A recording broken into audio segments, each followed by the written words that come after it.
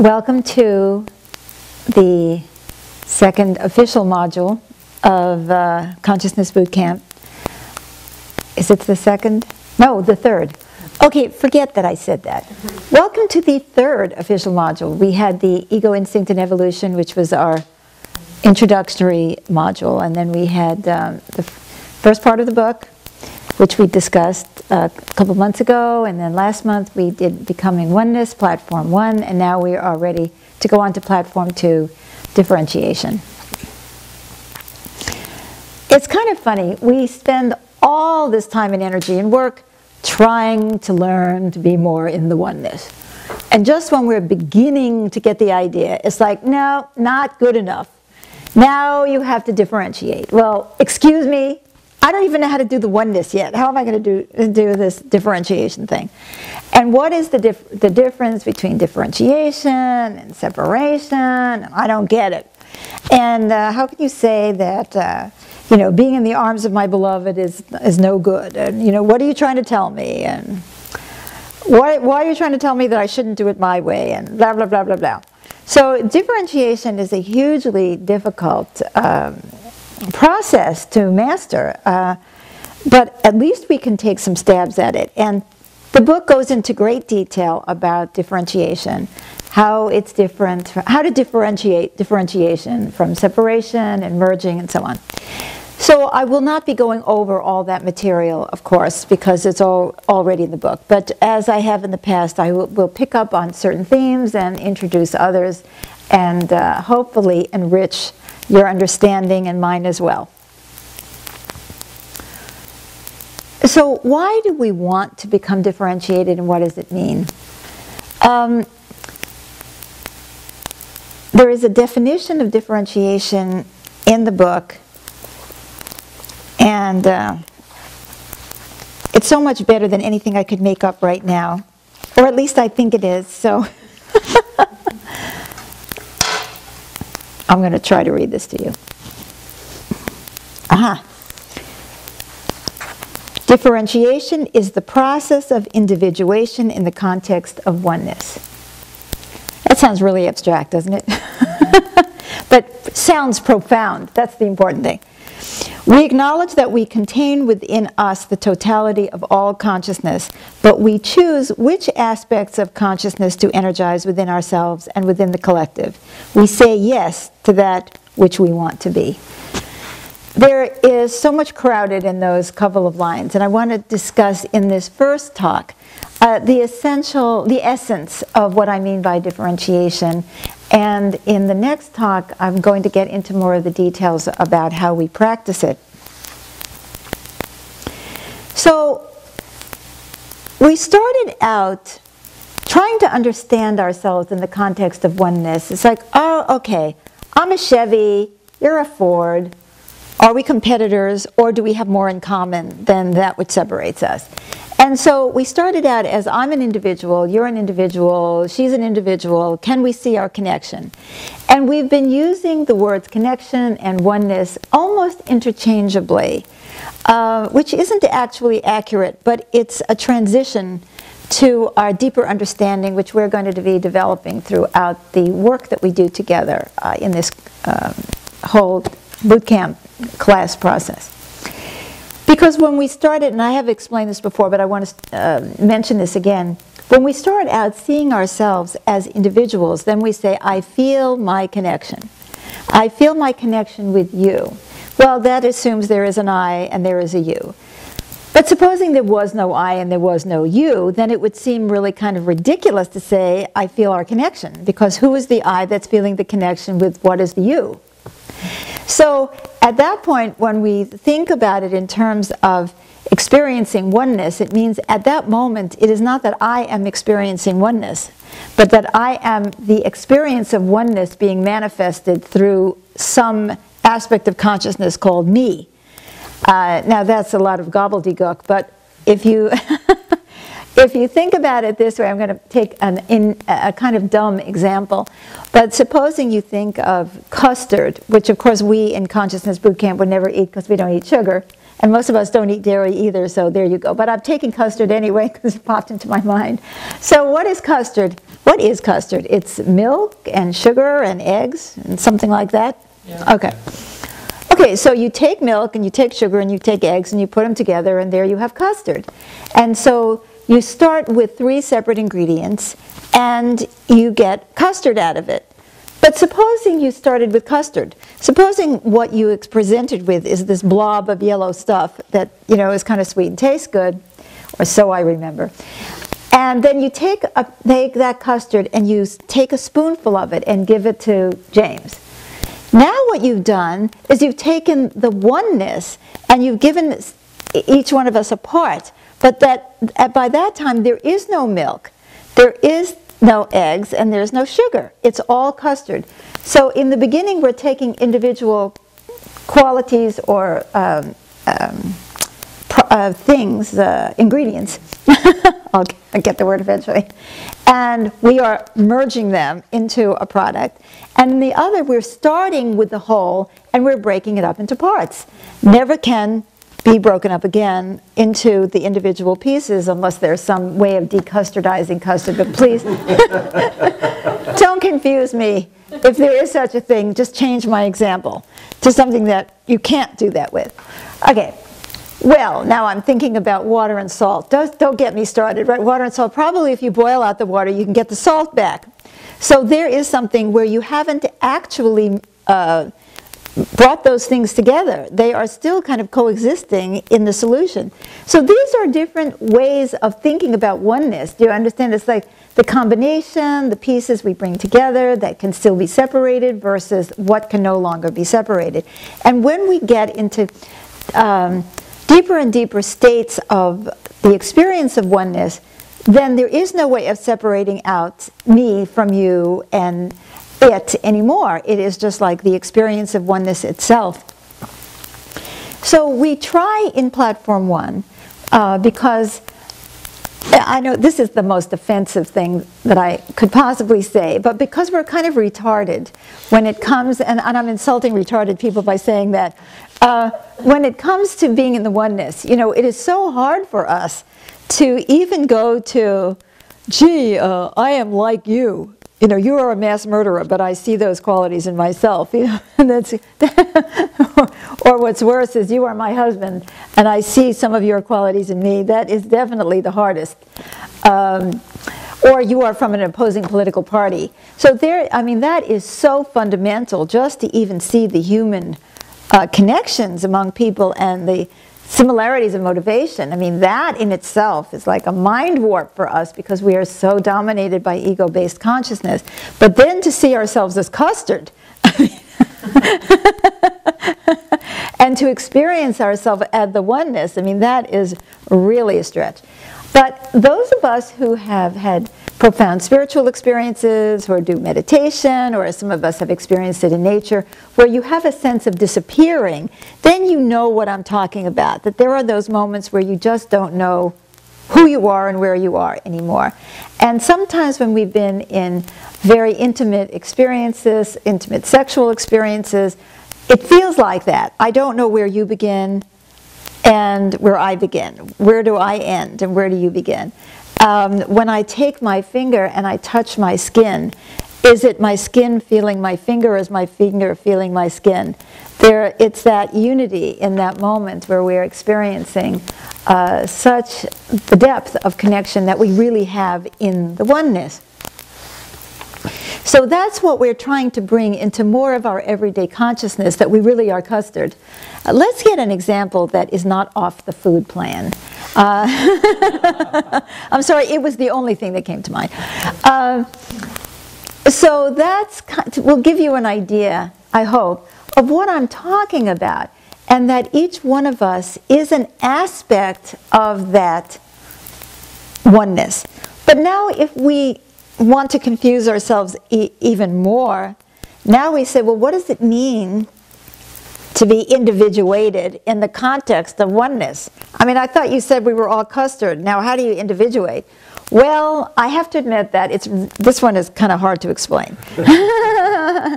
But I like, as you know, I like the example of the body, which is that each one of us is an aspect of that organism, which is the body, and you really can't separate out the pieces without destroying the piece itself and sometimes destroying the body. So, for example, I feel people going away right now. I'm getting distracted and people are going away. So could everybody bring their consciousness back to the room?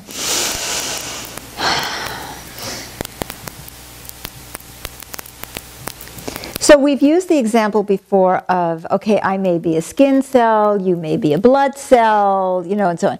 So we are still within the organism. We still exist in the context of the organism. If you take the skin cell out and put it on the table, it's going to die. It's not going to be able to self-sustain because it is so integral to the body itself that taken outside of the body, it no longer even has any real existence. So if we take that example rather than the custard example, we can begin to really wrap our heads around, even though this is just a metaphor and an idea, about what it means to be individuated in the context of oneness. If you look at a jewel that has facets, that's been cut, each facet of the jewel is going to reflect light in a particular way. And yet, how can you cut out a facet? If you cut it out, you've cut out the jewel. And so you've changed the nature of the whole by removing the piece. So try to think about yourself as a facet of a jewel or a cell in the body, which is a more complicated concept. But all of these are just ideas. And the metaphor that came to me through higher consciousness early on was the stream. Because I think I've said this before, maybe even in CBC, but it doesn't matter. This bears repeating. I know some of you have heard it 1,000 times, but we still don't get it. When I said to God, "Who am I?" And God said, "Look at the stream." And he said, "You are the drop of water that is different from all the rest." And I said, "Which drop of water is that?" And God said, "That is the point, that you cannot distinguish between those drops of water. And yet, if you take an eyedropper, you could go into the stream and pull out a drop of water and say, well, this is a drop of water. But then the nature of that water changes, because when that drop of water is in the stream, it's part of a flowing, living stream. So if somebody pees in the stream, upstream from you, that's going to impact your drop. But once that drop is taken out and put in the bowl, well, it's not going to be impacted by the people peeing in the stream. It's also going to evaporate. So if we think about, these many examples, what I'm really trying to do is shake up your thinking. I'm not expecting you to walk out of this or crawl out of this talk with a complete understanding of oneness. But what I'm trying to do is to help to break up the way that we think about ourselves and sort of like say, oh yeah, now that's true, now that's true, that's true. So, you put dye, if you start to inject dye into a person's body, that dye is going to move through all of the, what do you put them in, veins and so on. It's going to go through the entire bloodstream. And yet all you've done is penetrated at one point. And you've changed the entire organism.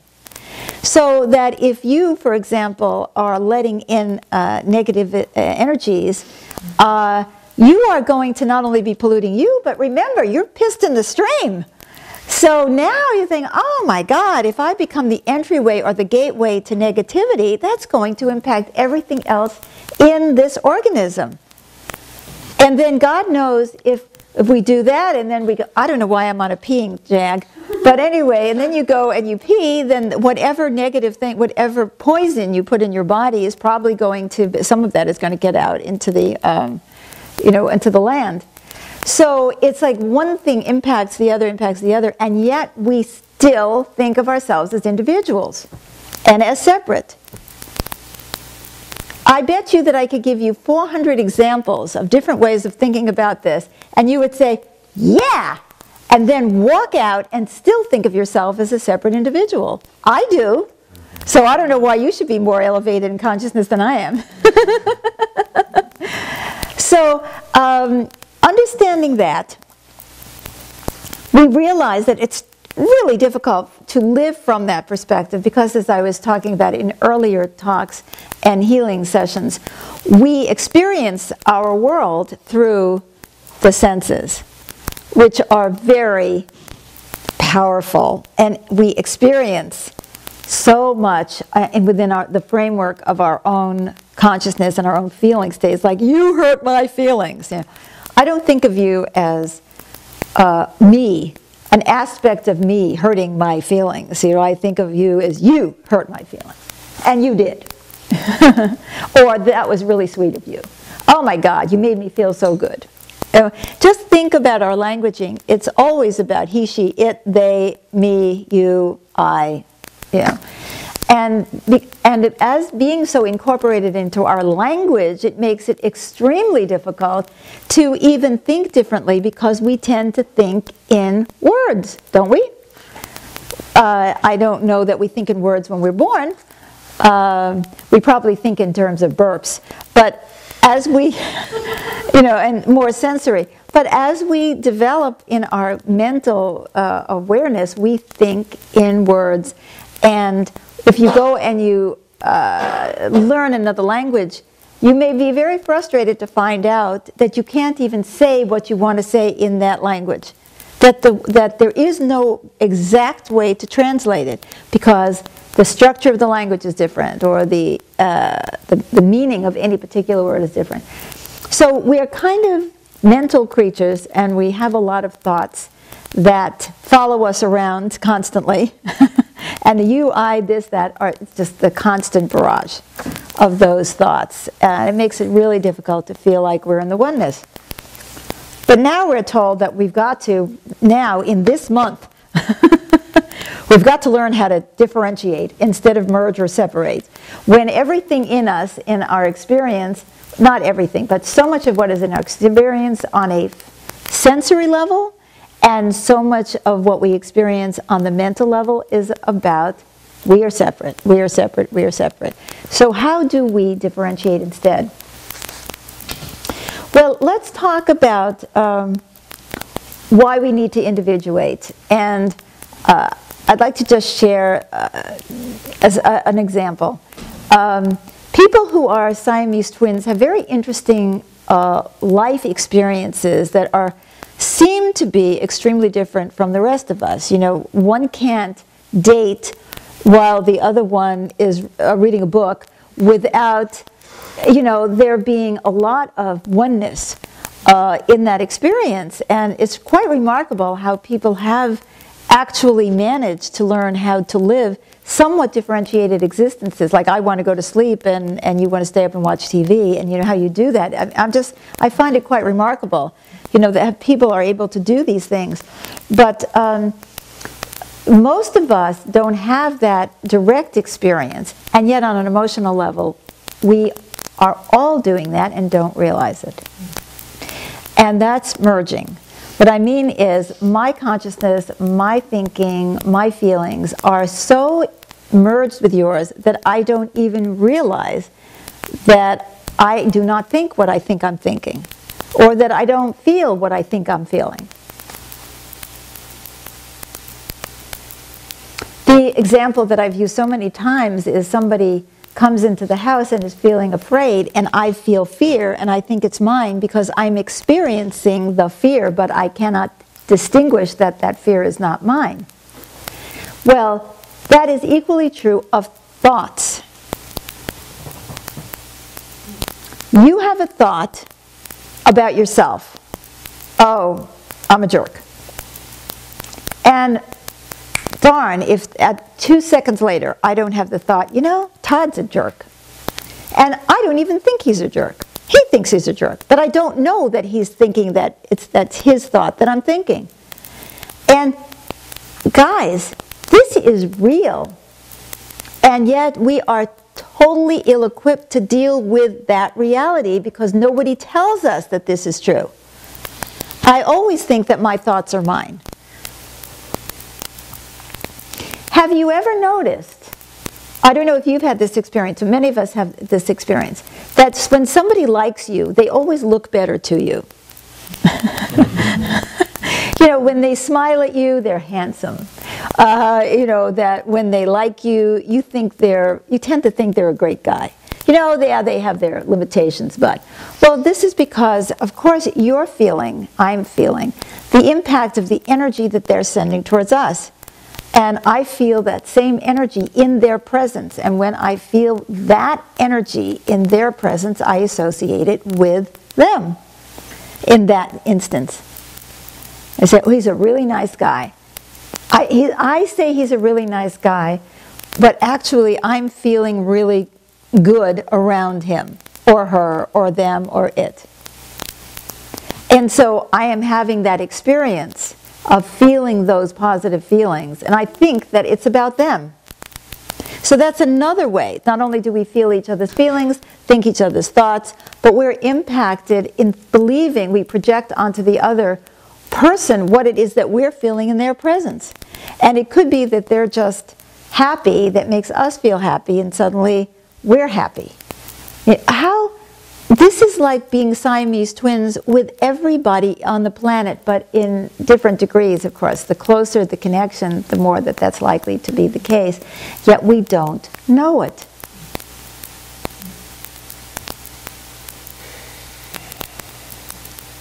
So, what happened to the individual here?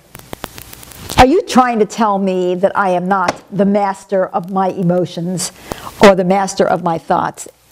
Well, probably. I mean, maybe you are, but I'm not going to make any statement about you in particular, but generally speaking, we are not. Because we are like the stream. We are impacted by somebody who is dumping garbage in the stream. How can we not be? Because we are one consciousness that is, in fact, comprised of what appears to be separate aspects, which even in themselves are not separate. If you look at the spectrum of color, of light, how do you stop? Where do you stop and say, well, this is blue, and this is green, and this is aqua, and this is turquoise, and this is, it's because it's just all so gradual. In a spectrum, you cannot really stop. I mean, you can slice it at that moment, but if you're looking at the spectrum, you can see that everything just kind of moves right into the other, because all together it is the spectrum. When you take the white light and you put it through that spectrum prism, right? When I'm speaking, I often can't remember how to speak English. So if you have that light go through the prism, you are going to see that it is not white. If you're not looking for it, you're going to think it's white. If you're looking for distinctions, you're going to say, well, blue isn't yellow. Can't you tell the difference between blue and yellow? Yet if you look at the spectrum, you see that it's just a spectrum, and that it's one continuous spectrum. So if we start thinking of our consciousness as, let's say, white light that goes through a spectrum, we can see that if we through a prism, if we start to think about the prism, we begin to realize that, in fact, as we are different, it's all, in a way, that's only a reflection of the fact that we've gone through the prism. If we didn't go through the prism, there would be no spectrum, right? Right.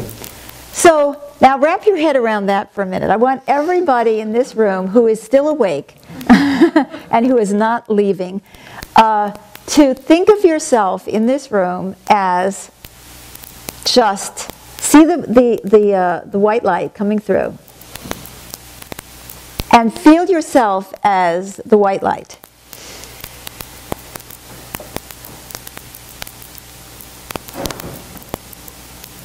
Now, can we all feel ourselves as white light right now? Sure. Yes. Okay. Now let's see a big prism there. And let's see ourselves squeezing through that prism. And see what you...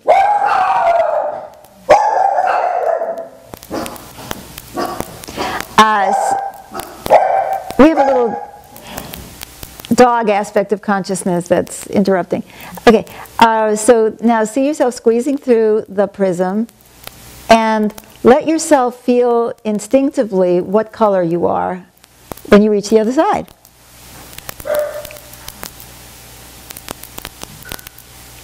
Now this is just for fun, right? So what colors? Yellow. Green, blue. No reds, huh? I knew this was a conservative country. I was getting close. I was bordering right there, blue, magenta. Okay, we have somebody Close. close to the reds. Okay, so now can you feel yourself as a distinct color? Whatever color it is, it doesn't matter. Okay. Now at that moment, look at the other colors and say, I'm different from you. I'm different. I'm different from you. I am different from... Well, I'm blue, and so there. Together we make green. Oh, you said blue also? I was blue too. Blue is not my favorite color, but there was so much blue in the collective consciousness, I guess I couldn't distinguish. Okay, now isn't that funny? Now I'd like you to go back through the prism. Everybody, go back through the prism. And feel yourself turning back into white light. Now see everybody else as white light. And all of a sudden, where are you? Back in the oneness. Back in the oneness. Simple. So, now, if we could, for the moment, just absorb that and go back into whatever, going through that prism again and see ourselves as the color, then when as we see that, now we realize that from that perspective, we are different colors, we are individuated, but we have not lost the fact that we are really one. Wouldn't that be divine? Now, why do we need individuation anyway? Well, so I started talking about how difficult it is for people who are Siamese twins, for example, to live lives of their own fulfillment. And I have a lot of admiration for people who do that, because you're always having to deal with the needs and desires of the other part of you. And in a way, relationships are very similar to that, because we're always having to deal with the needs and desires of someone else. And we try to find what is the right thing for the unit, as we would call it. Now, let's say where you're in a friendship or a couple, it doesn't really make any difference. Let's say you're living together. Well, we have to decide on the color of the paint in the living room which we share. Now, here's merging and here's separation. I'll give you examples of both. Merging. Well, he likes purple. I like green. But since he's working and making more money, if he wants purple, he gets it. Where am I in that? Where is the realization of who I am and where are my needs? Okay? They're not there because I have merged with him. Now, why have I merged with him? Because I'm scared to death that if I get too difficult and I start insisting on things that I want, he's going to throw me out of the house because he owns it. So I'm merging. It's a safety thing when we merge. I'm going to give you some other examples of merging, but let me just finish off this example. It's very simple. So let's say, on the other hand, he likes purple and I like green, and it's obvious to me that he's wrong. I mean, who would possibly? Everybody's laughing because my house is obviously purple and green. My goodness. I have a split personality. And so then it's obvious that it should be purple. I mean, or green, whichever color I decided it was. Oh, green. I was the green one. I mean, it's restful. I mean, purple? Are you kidding? He has no taste. That's separation. His opinion has no value. I have my needs. Doesn't he realize that I'm a very nervous person and that if we make this house purple, I'm going to be very anxious? Doesn't he understand me? That's all separation. So I've given a simple example to show you, on the one hand we can merge, on the other hand we can separate. So where's differentiation? It's like, oh my God, you mean there is a oneness solution to this? Yeah, and it could be that it's going to be aqua, or it's going to be white, or it's going to be something else. That it isn't going to be what I want versus what he wants. And it's going to be what is really for the highest good of all, which we will get to when we get to Platform 4. But that's kind of the idea, that if we begin to understand that as a unit we are one, then we need to look at what is going to support the whole, because we are one. But our typical pattern is to fight it out or to give it up. Now, let's look at some other extremely serious examples of merging. Let's say we are born into a culture where people are very militaristic. And a political situation comes up, and the immediate reaction of everybody in the news is go to war, go to war, go to war. If I merged with everybody, I'm not even going to think a contrary thought. I'm going to say, of course we should go to war.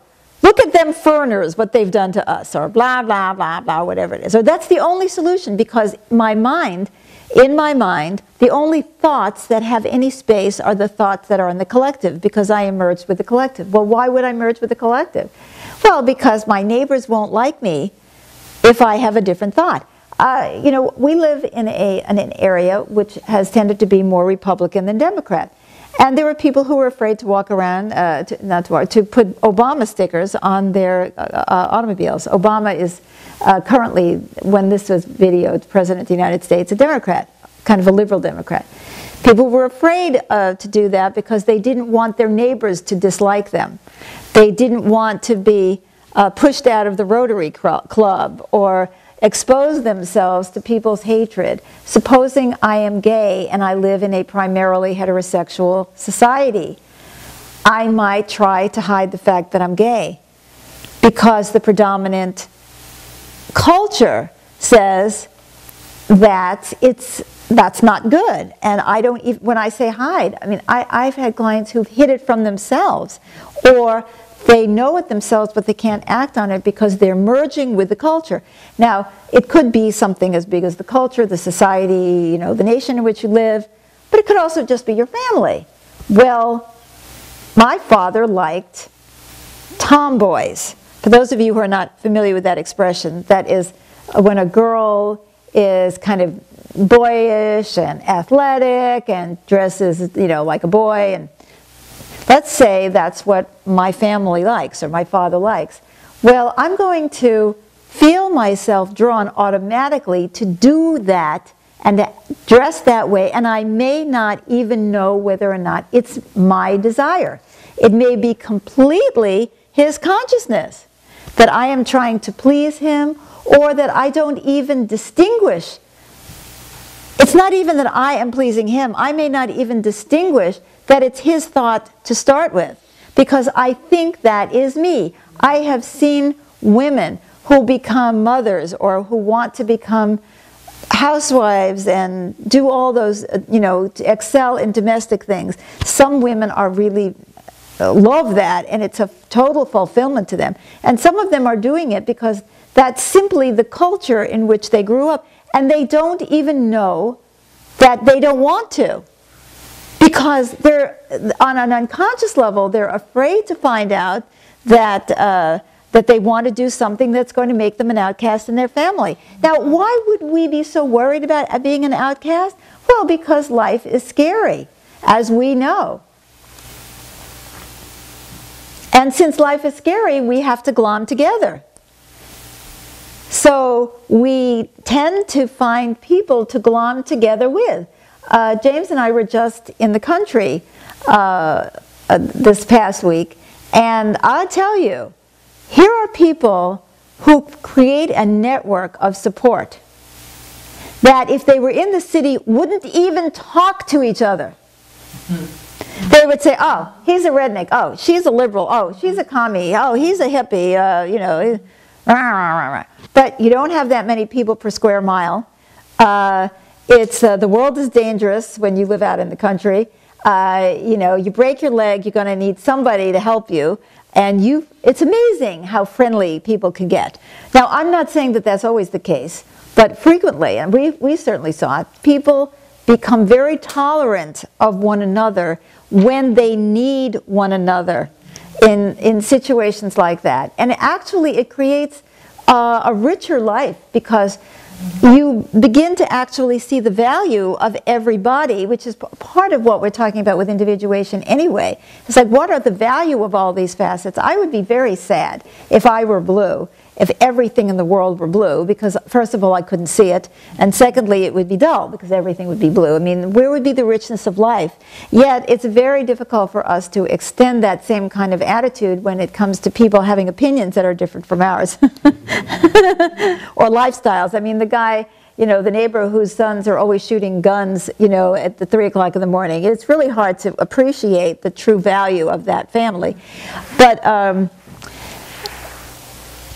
anyway, back to the point I'm trying to make, is that there is fear among humans about being alone and being vulnerable. And so we have a tendency to try to come together for mutual defense or family sticking together. I mean, la familia, you know what I'm saying?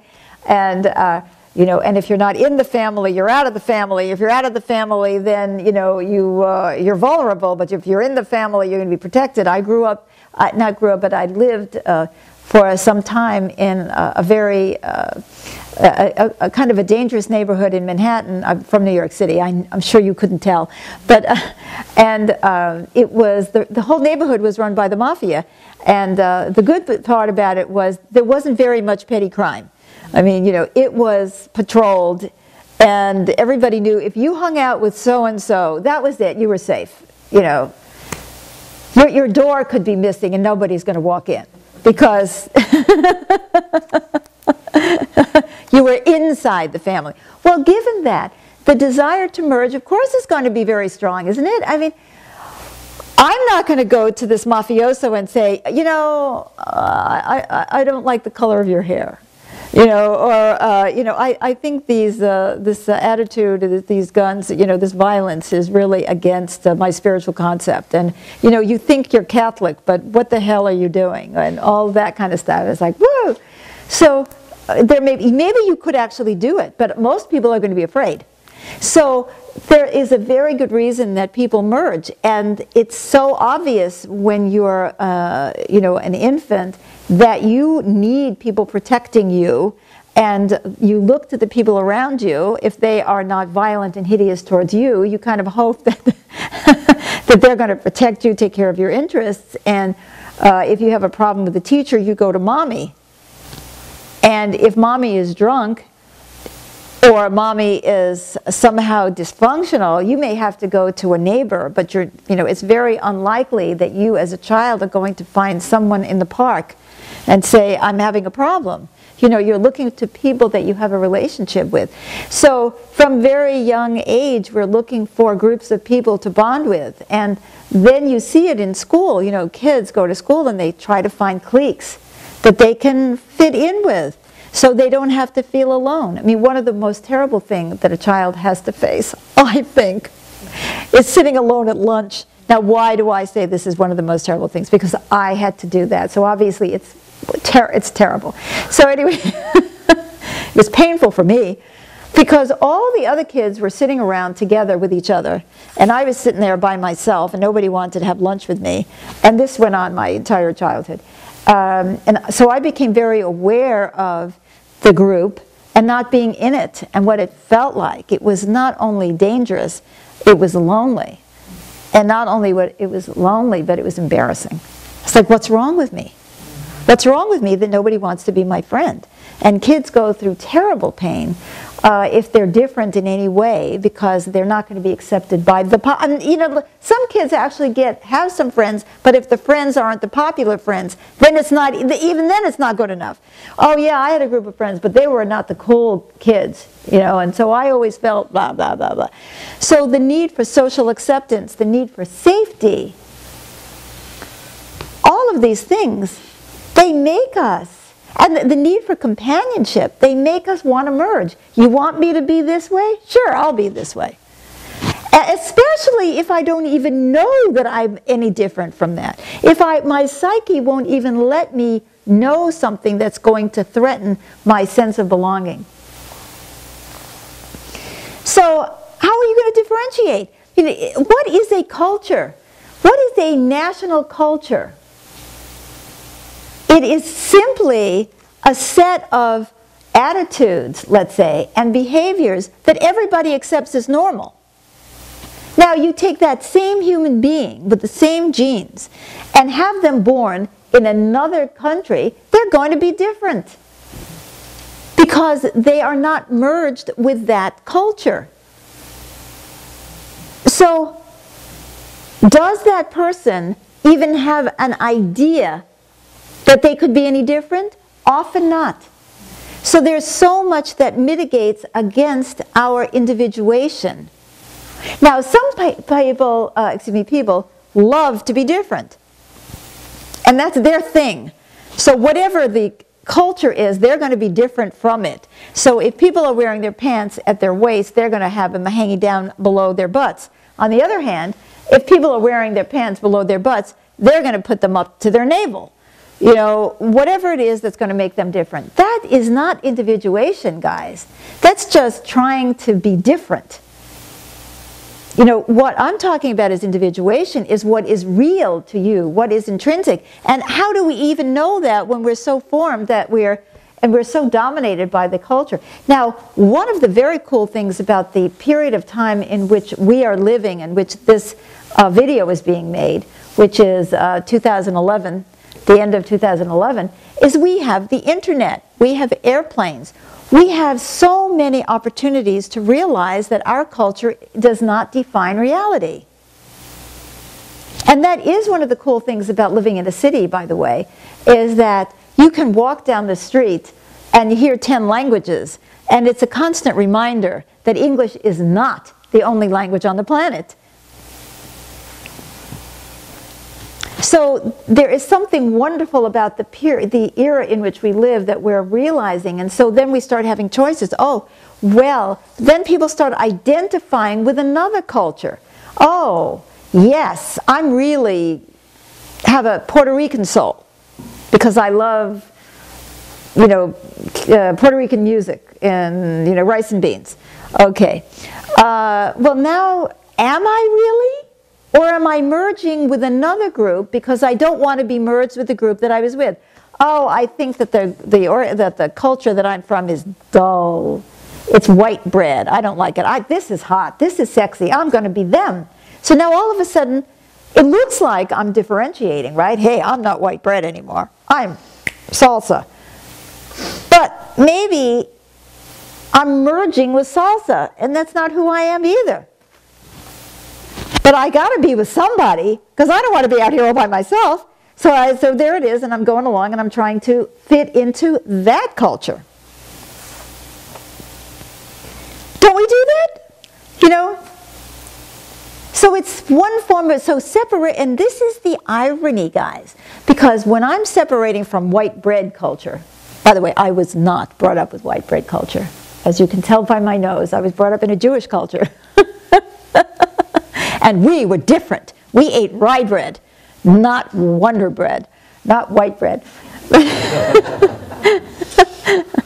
I was appalled when I saw that people actually ate white bread. But anyway, so we think that we're, being so independent. But what we're doing is that we're just merging with a different group because we don't want to be alone. So have we gotten to individuation yet? You know, we're looking at merging, and we're looking at separating. Now, I want to be separate from you because I want my way, obviously, because I have my needs, because I'm thinking from the I, so I have to maintain that vision. So it's my needs versus your needs. Okay, so there's separation. I'm in a group, but I don't feel comfortable in that group. Or I'm angry with my parents, so I have to find a bunch of kids that I'm going to go off and separate from my parents because they're so square. So I find a bunch of kids who have their own rules and regulations, which are probably even more stringent than the rules and regulations I'm rebelling against. Oh, I have to become a member of the secret club. And we all have these, you know, hand signals, right? And now, I'm an individual now because I'm not like my boring old parents. Well, I'm not an individual. I'm an extension of the secret club. So you see how interesting it is that separation and merging actually often go hand in hand. Because as I'm busy separating, in order to do that, I'm merging with something else in order to get up the courage, in order to separate from the first group. And this is a lot of what happens with separation, is that it is a process, it's a natural process in the development and the evolution of the human being. That as we age, for instance, as we go from the ones to the twos, you know, we start feeling ourselves, feeling our oaths, as we talked about in Ego, Instinct, and Evolution. We become the 2-year-olds, and we start saying no to everything. No, no, no. Okay, we're trying to express ourselves, and it becomes, that's an important part of evolution if we haven't read the book at 2 and we haven't been trained to a different level of consciousness. And as we become teenagers, we have to experience ourselves as separate from our parents because we don't know how to differentiate. We don't want to be dominated by the consciousness of our parents. We want to feel free. We want to feel like ourselves. We want to feel, I'm speaking about this Western culture. I can't say that this is true, you know, in Guatemalan culture. I can't speak for that. But I can tell you in this culture, we want to be free when we become teenagers. We want to assert ourselves. We want some control over our lives, and in order to do that, we separate from the people we think are dominating us. When actually what dominates us is consciousness, not people. If I am separating from people who separate from people, then I am in separation consciousness, and I have not in any way differentiated myself. So, let's say I'm born into a racist family. They don't like Japanese. Okay. This is just to insult Christine, to make sure that she stays awake. Okay, they don't like Japanese. Well, I am going to show that I am different from these racist people. I am not going to like people who are racist. I am going to identify with the people who are not racist. And then there's a new us and them. I'm of the non-racist generation. I don't separate except from people who separate.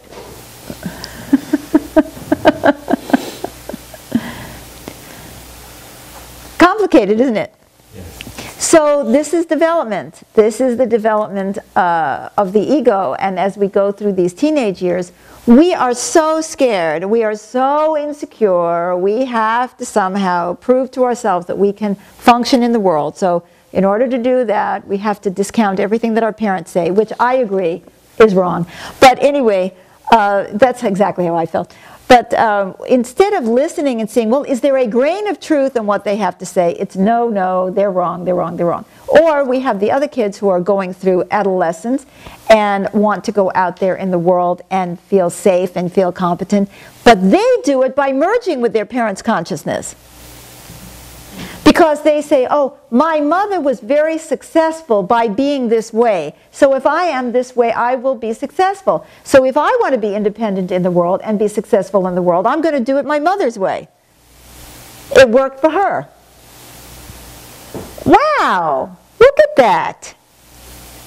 Here we are at this transitional point in our lives where we are theoretically becoming adults, and we're taking on our independent existence, and we are either being not them, which is separation, or them, which is merging. One more time. And we're doing it for the same reason, which is we're looking for a way of ensuring our safety in the world. Now I'd like to stop for a moment and just have you feel what I've just said before we go on. Maybe you should think about yourself as an adolescent and ask yourself, how did you attempt to convince yourself that you could survive in the world? Did you rebel and try to do everything the opposite? Did you try to maintain tradition? Did you try a little bit of both? Just give that a little thought.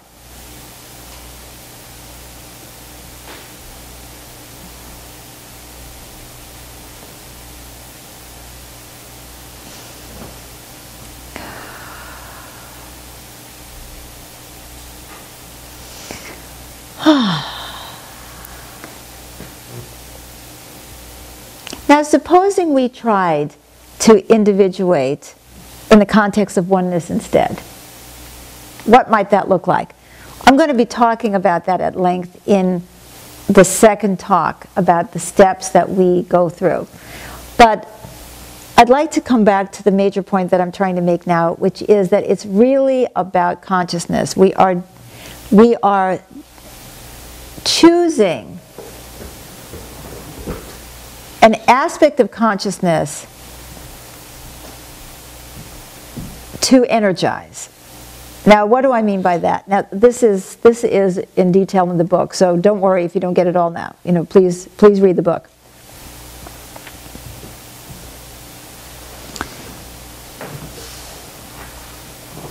Every one of us has within us absolutely every aspect of consciousness that everybody else has. Just like ultimately, if you put ourselves back through that prism, we are going to find out that we are really the white light. On one side of the prism, we're blue. On the other side of the prism, we're white. How remarkable is that? When we are on the blue side, on the spectrum side, we only see what separates us. When we are on the oneness side, we don't see anything because we're all one. To be able to keep that awareness at all times that we are both is quite a trick. Well, because we talk about living with reality, we're talking about practices and processes of being, not just theory. It's like, how do we in fact do this? How do I individuate, be a whole being in the context of the whole, where I'm not separating, I'm not merging, I'm not playing games.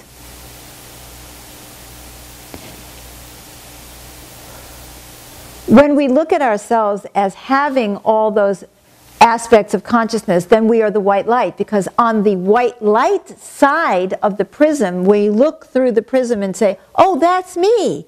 I'm blue, I'm green, I'm yellow, I'm magenta. Because when I'm on this side, I know that I have been broken up into all that spectrum of light.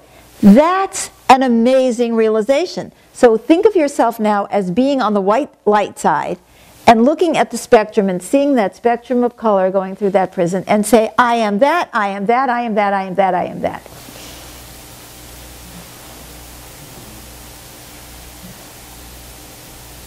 Now, I get it.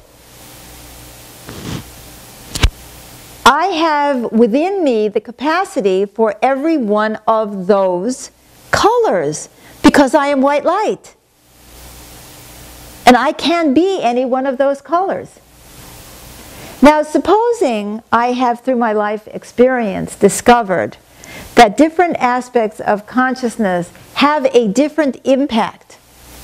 I might say, you know, in a situation like this, blue is needed. In a situation like this, green is needed. In a situation like this, purple is needed. In this one, black, and so on. Suddenly, I'm free to have and express all aspects. I know that black is the absence of light, so you don't have to remind me of that. But that's included in the oneness, that even the absence of God is God. So even the absence of oneness is in the oneness. So at that point, I am suddenly freed up from the need to be defined by who I am on this side of the spectrum, and can go back to the core of who I am on the white light side of the spectrum, so of the prism. So let's say I acknowledge that I can be angry, I can be jovial, I can be kind, I can be selfish, I can be all of these different things. Now, what is required in this moment? Am I going to say no to my parents because I'm in a knee-jerk reaction of having to prove myself, that I'm an independent adolescent who's ready to go out in the world, and even though I'm scared to death? And by the way, that's so much a part of it. I'm trying to prove, because I know how insecure I really am. I'm always trying to prove that I can make it on my own. That's the terrible teens. The more incompetent we are, the more we insist on doing it ourselves. When we're not crying and asking our parents to rescue us after we've screwed it up.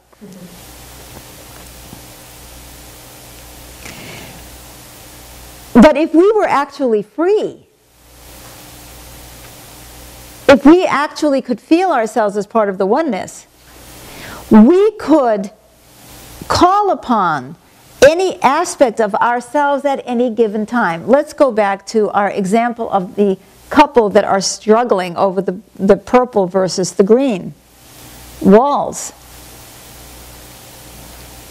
If we could individuate in the context of oneness instead of separating, we could actually sit in the room together and say, what are we doing in this room? What is this room for? What kind of energy do we need in this room? Is this a kitchen where we want to feel sunny and happy and warm? What about a warm yellow? It's not like I like green and you like purple. We are actually able to respond to what is needed. Imagine that. Because we can call on any aspect of ourselves, the yellow in us, the blue in us, the purple in us. Well, if that's true of the wall, think about you, consciousness, being capable of anger, compassion, understanding, kindness, force, whatever, fear, whatever, and say whatever is required, I can allow, and I can energize. Now, in our world, and I can't speak for your world out there, whoever is watching, but I can speak for my world and the world that we live in here. There is way too much separation and violence. If I can realize that, then I can call from within me the aspect of consciousness that brings peace. And I'm not doing it because I want to be liked. And I'm not doing it because I want to prove that I'm different. I'm not doing it for any reason except that it is a choice to bring that aspect of consciousness in because I can see that it's needed, because it is helpful, because it is supportive. On the other hand, if I am in a group of people that are all agreeing, and yet they're ignoring all the realities, I am not going to come in and sit there and just smile at everyone and look peaceful. I'm going to challenge. I'm going to bring in another aspect of my own consciousness, one that is willing to confront. You know, people will say to me, well, should I be this way or should I be that way? Are you telling me I should be this way or that way? I say, no, look at the situation and see what's needed. You know, there is no cookie cutter way of handling any situation. It's like, should I leave my husband? Shouldn't I leave my husband? Should I kick my child out? Should I send them to a recovery program? What should I do? I don't know. Go into it. Connect. What is really needed in this situation? But if I'm trying to prove something about myself, I can't do that. If I have a child who has consistently disobeyed me, not listened to my profound wisdom, and they want to do something, my knee-jerk reaction will probably be, no, you're wrong, do it my way, because everything you've ever done has been wrong anyway. And especially if they are countering or contradicting some suggestion that I made. I told my children not to use drugs. I told them not to use drugs. Now, I agree, it's a good idea to tell your children not to use drugs. But now supposing the child is struggling and needs our help, can I be objective in that moment to say, I think that I'm getting from higher consciousness that it is appropriate for me to help them here? Not if I feel my nose is out of joint because they haven't listened to me. What am I doing then is I'm separating from them. On the other hand, I may be a complete patsy. I need my child's love. Oh, all my life I've been dependent on that child's love. Then when the child asks me for something, even though I know better, I'm going to give it to them. Merging or separation? Merging or separation? Am I being clear? Yes.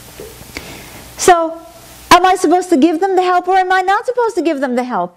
If I am being motivated either by my need to merge or separate, I will never know what is required. I will only do what my own ego need is. In which case, I am still not individuated because my consciousness is being impacted by my emotions, by my needs. I can't even individuate from myself at times.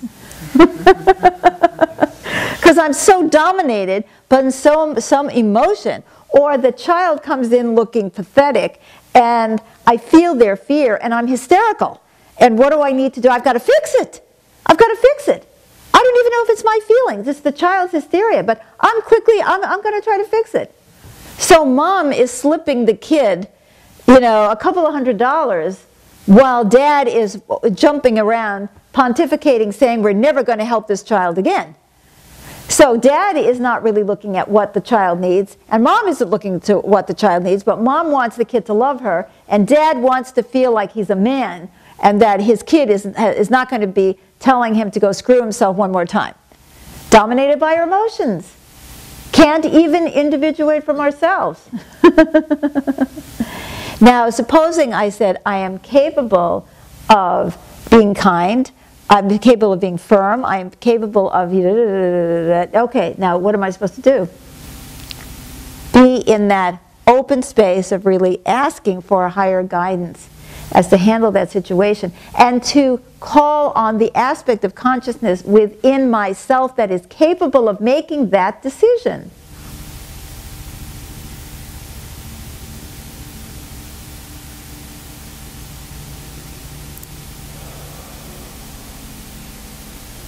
What aspect of consciousness am I going to energize? Now, why I say that is now we're going to take ourselves to the next level, is that I am not a separate, discrete human being anyway. Remember we started this as I'm custard? Well, right now we're still talking about it as though we were discrete entities.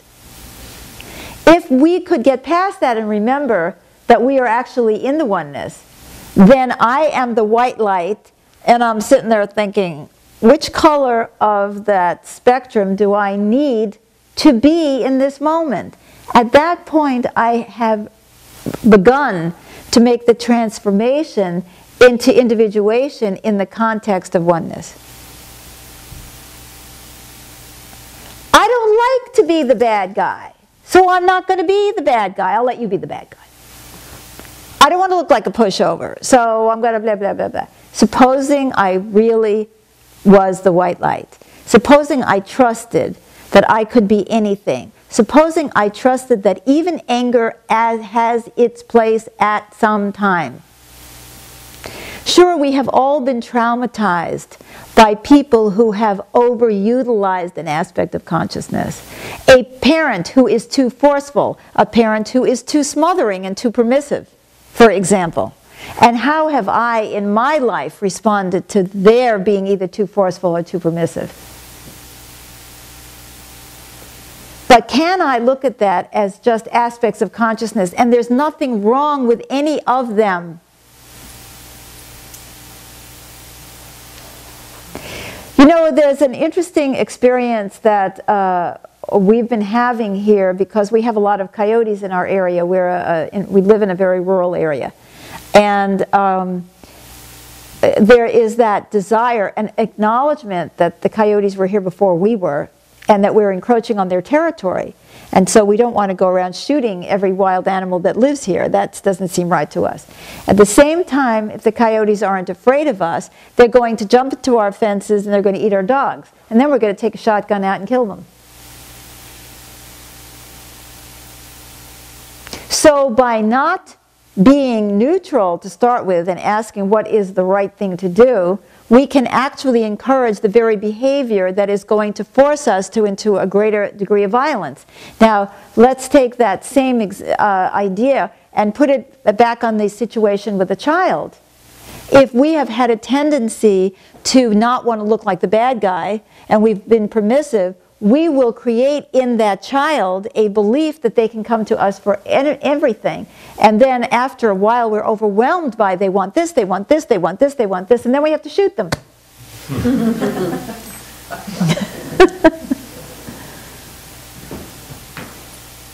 That's what happens when we are not actually, consciously, and with awareness choosing the aspect of consciousness that we want to energize in that moment because it is what is needed.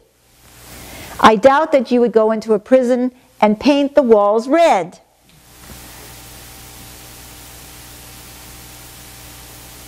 On the other hand, you may put red in the room of a 95-year-old who wants a little life. There's nothing wrong with red. There's nothing wrong with anything, with any aspect of consciousness, when it remains connected to the oneness.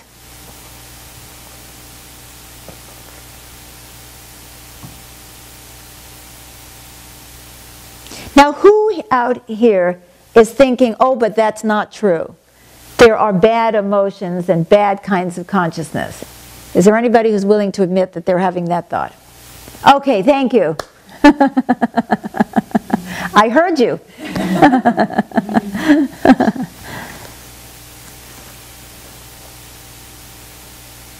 You know,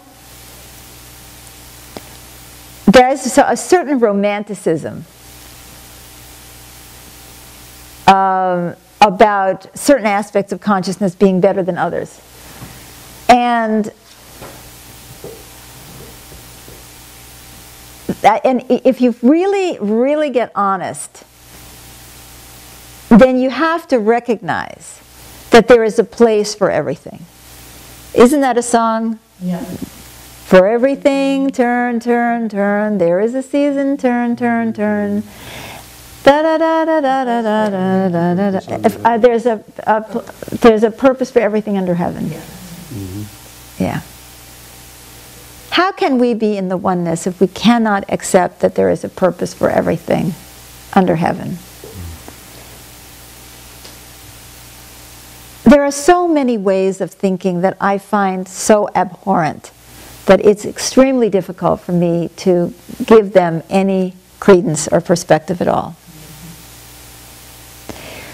But when we were in the country where James and I were this past week with these people in this very rural area, and I was thinking about the guy across the street who everybody of course has a gun, except I would never have a gun. This is not an invitation to robbers, by the way. I can't stand guns. But there's a purpose for guns. You know, if the mountain lion is about to chew up your dog, you probably would want to do something about it. At least shoot it in the air. Scare it away. And what I realized, and what I've realized since the coyote thing, and you know, in being aware of this area that we're looking at, you know, that there are mountain lions and so on. And actually, there are mountain lions right here, but we don't see them very often. That if we cannot be in reality, then we can never shoot a gun. We will never keep the mountain lions away, so that we will have to kill them, just like I was saying before. And so that even acts of violence that I can't tolerate sometimes have to take place. And I don't like it, because that's not the kind of girl I am. That's wrong. I don't want anyone to cut down a tree. However, I have a book that's made with paper. Can you explain that? What your house made of? Yeah. And I love wood on the inside of a house, but there was no tree that had to die because of it. It's the Immaculate Conception.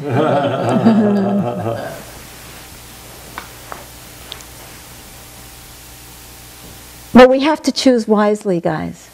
We have to choose wisely. And are we capable of making those wise choices? Do we have enough self-control and self-command that we can choose the aspect of consciousness that's needed at any given moment? Or are we giving vent to our frustrations, to our fear of not being loved, to the need to prove ourselves? What is dominating us?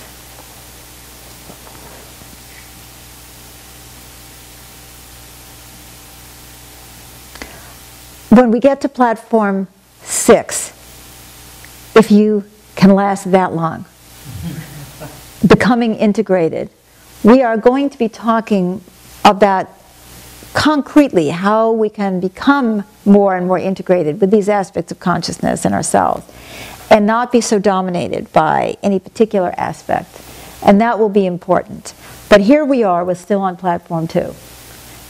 But even at this point, we can start looking at this question differently. We can start noticing when we are merging, when we are trying to be safe, trying to please, when we're trying to stay in a relationship. Now, in the book I talk about that moment where you're in your lover's arms, if you have one, or you're holding your baby, or you're holding a puppy, or whatever it is, or you're holding your favorite book and you feel... That would be living with reality by... Product placement. Well, that's certainly your favorite book. My favorite book. And when you're in those moments, you may feel what I have felt, which is this incredible sense of belonging and oneness that feels so divine you never want to let go. And have you ever been so bonded with somebody and you just like go, oh, you feel like you're melted butter? And that's such a divine feeling. But guys, forget about it. That's merging.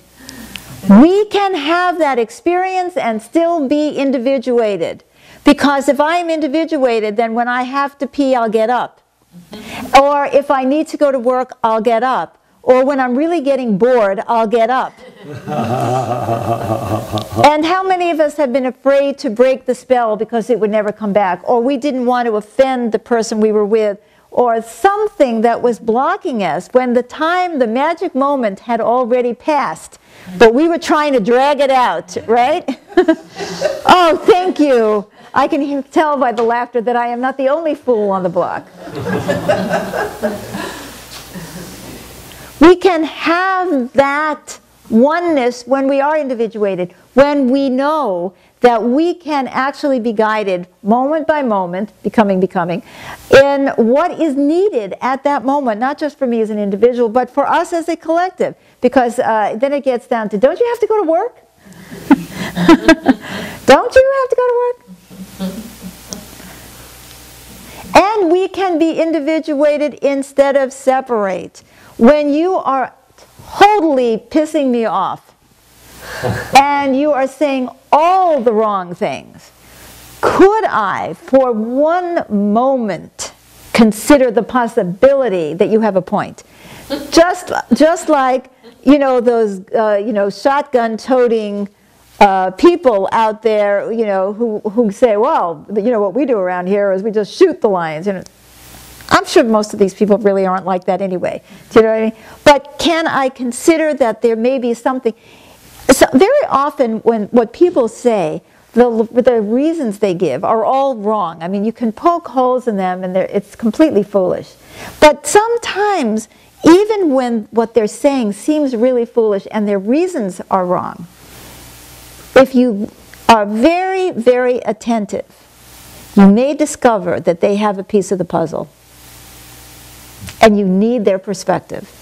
It is that famous story, one more time, of the elephant and all the blind men. One was holding the trunk, and one was holding the leg, and one was holding the tail. And what is the elephant? Well, obviously it's a long tube, or it's a standing post, or it's a whatever elephants' tails feel like, Rope. A rope. And until we get that we are really custard, we are really one, and that each one of us is a pair of eyes for the collective consciousness that has a piece of information, that when we bring that information together, maybe the conclusions will not be what the guy who shoots the lions come to, or what I came to. But you also see it in these, these communities where there's loggers versus the environmentalists, and the loggers have a perspective, and the environmentalists have a perspective, and bring people together and see what is the kernel of truth in what everyone is saying, even if they can't get to it themselves. See the value of the many perspectives. See the value of the spectrum. Every aspect of consciousness has purpose, or it wouldn't be here. Bring it all back into the white light. Be the white light with those that you disagree with. Take in that you too have every aspect of consciousness. And then we can start being responsible for the aspect of consciousness that we choose to energize in any given situation. If we did that, if we differentiated instead of separated, if we didn't say, you're stupid, that's a terrible thought, you're a bad person. If we didn't placate each other, if we weren't run by fear, if we weren't run by ego, we could be whole.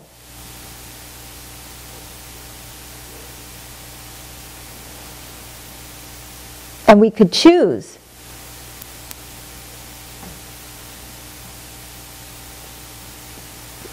What does our world need today? A lot more compassion, a lot more understanding, a lot more peace.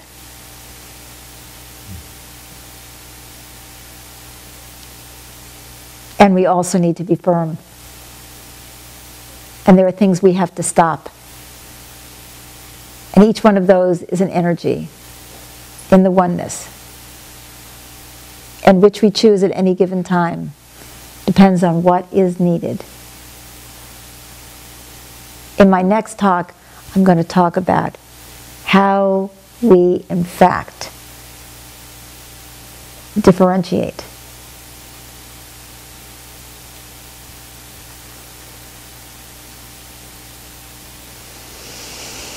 Let's all take a deep breath.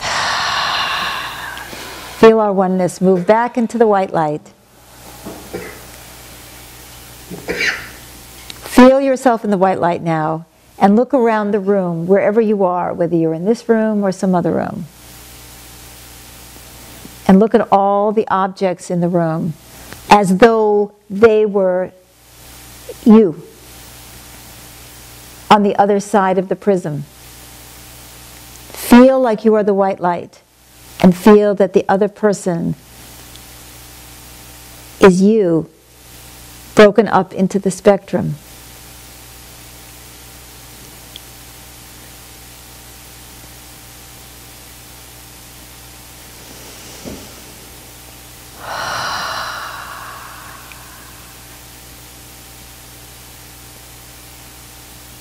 Yes.